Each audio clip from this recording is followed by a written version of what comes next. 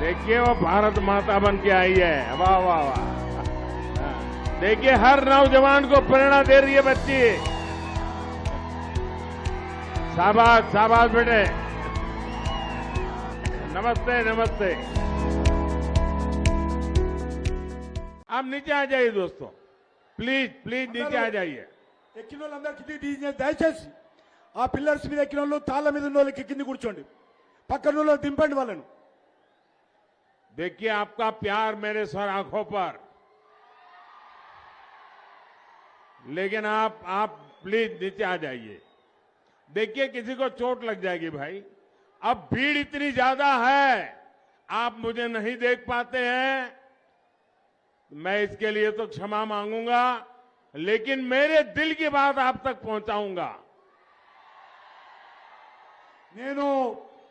నన్ను మీరు చూడలేకపోతున్నందుకు నన్ను క్షమించండి, కానీ నా మాట మాత్రము మీ గుండెల్లో అందుకునే విధంగా నేను మాట్లాడతాను।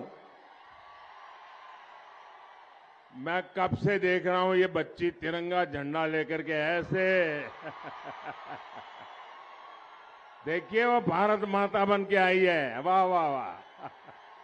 हाँ। देखिए हर नौजवान को प्रेरणा दे रही है बच्ची।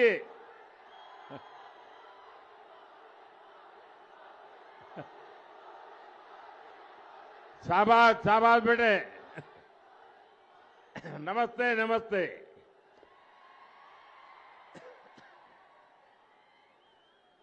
ना कुटुंब सभ्युलारा, बीजेपी को तेलंगाना के गरीबों की चिंता है, लेकिन बीआरएस सरकार यहां गरीब कल्याण के कार्यों में भी ब्रेक लगाती है।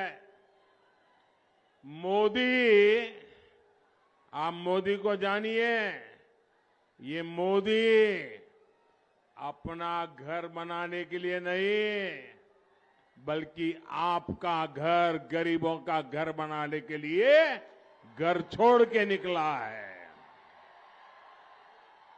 बीते 10 वर्षों में 4 करोड़ से अधिक गरीब परिवारों को पक्के घर मिल चुके हैं। यहां तेलंगाना में भी केंद्र सरकार ने बहुत प्रयास करके करीब 2.5 लाख घरों का निर्माण पूरा किया है, लेकिन आप ये जानकर हैरान रह जाएंगे, इनमें से हजारों घरों को तेलंगाना सरकार गरीबों को देती नहीं है। और ये जो टीवी पर देश वाले देख रहे हैं ना, वो भी सोचिए, हमारे देश में एक ऐसी सरकार है तेलंगाना में जो फार्म हाउस में रहती है और हजारों मकान गरीबों के भारत सरकार के पैसों से बने हुए, देश के करदाताओं के पैसों से बने हुए ये मकान दबा करके बैठी है, गरीबों को देती नहीं है। गरीबों की दुश्मन केसीआर सरकार इन घरों पर कब्जा करके बैठ गई है। लेकिन मेरे तेलंगाना के भाइयों बहनों, मैं आपको विश्वास दिलाता हूं, जब तेलंगाना में बीजेपी की सरकार बनेगी तो गरीबों को इन घरों को देने का काम तुरंत पूरा किया जाएगा। और ये मोदी की गारंटी है। और मोदी की गारंटी यानी गारंटी पूरी होने की गारंटी। మోదీ గారి గ్యారంటీ అంటే గ్యారంటీగా పూర్తి అయ్యే గ్యారంటీ।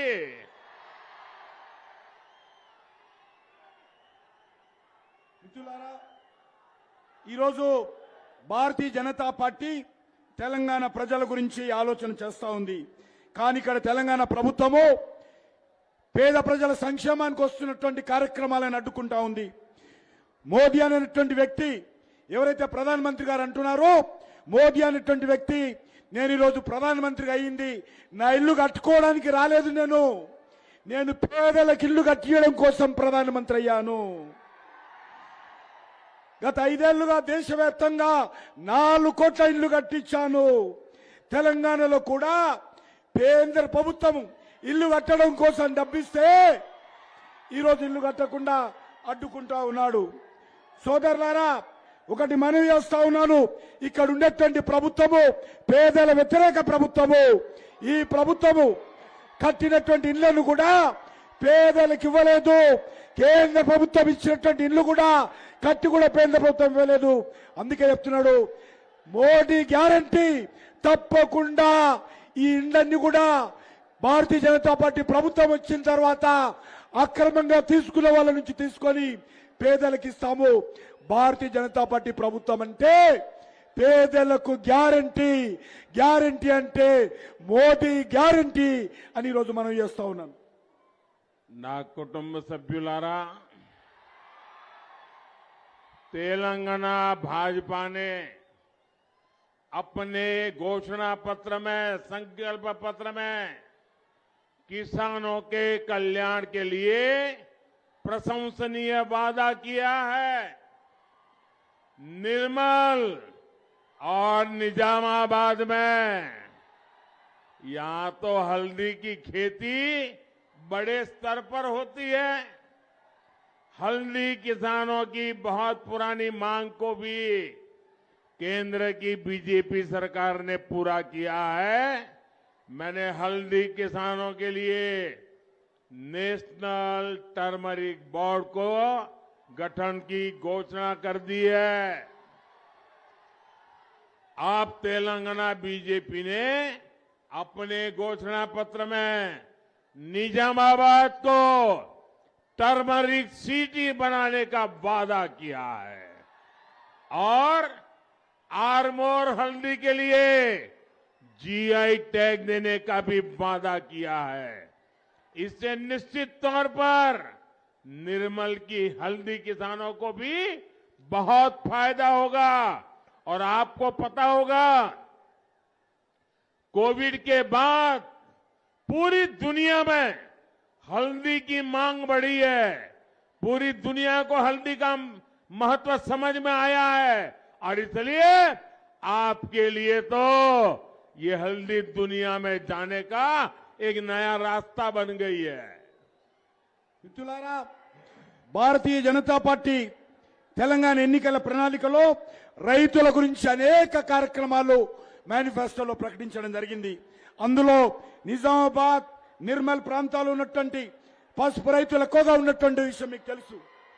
చాలా కాలంగా పసుపు రైతుల సంక్షేమం కోసం ఈరోజు జాతీయ పసుపు బోర్డు, నేషనల్ టర్మరిక్ బోర్డు ఏర్పాటు చేయాలని కేంద్ర ప్రభుత్వం నిర్ణయం తీసుకుంది. ఇప్పుడు నిజామాబాద్ను మేనిఫెస్టోలో తెలంగాణ బీజేపీ పసుపు నగరిగా ప్రకటిస్తామని బీజేపీ ప్రకటించడం జరిగింది. అదేవిధంగా ఆర్మూర్ పసుపుకు జీఐ ట్యాగ్ ఇస్తామని ప్రకటించడం జరిగింది. దీని ద్వారా నిర్మల్ ప్రాంతంలో ఉన్నటువంటి రైతులకు కూడా మేలు జరుగుతుందని ఈ సందర్భంగా ప్రకటిస్తా ఉన్నాను.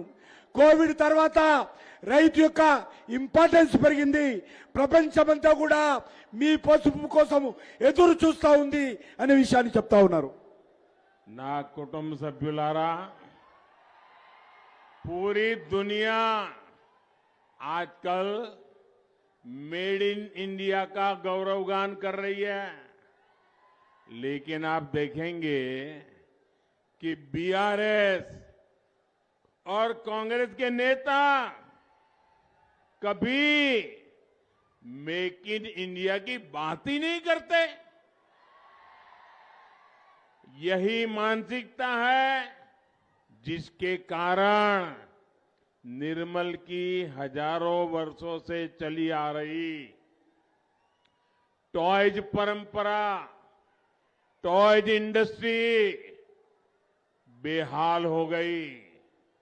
आज जब भारत टॉयज के एक्सपोर्ट के नए रिकॉर्ड बना रहा है, बीआरएस सरकार यहां निर्मल की टॉय इंडस्ट्रीज को बर्बाद कर रही है। यहां बीजेपी सरकार बनते ही, ये मोदी की गारंटी सुन लीजिए, आज यहां बीजेपी की सरकार बनते ही निर्मल टॉयज के लिए भी विशेष अभियान शुरू किया जाएगा। ఓ కుటుంబ నేడు యావత్ ప్రపంచమంతా కూడా మేక్ ఇన్ ఇండియా పేరు మారుమోగిపోతా ఉంది. కానీ దురదృష్టం ఏంటంటే ఏ ఒక్క రోజు కూడా బీఆర్ఎస్ పార్టీ కానీ కాంగ్రెస్ పార్టీ కానీ మేక్ ఇన్ ఇండియా గురించి మాట్లాడరు. వాళ్ళ మానసిక స్థితి మనం అర్థం చేసుకోవచ్చు.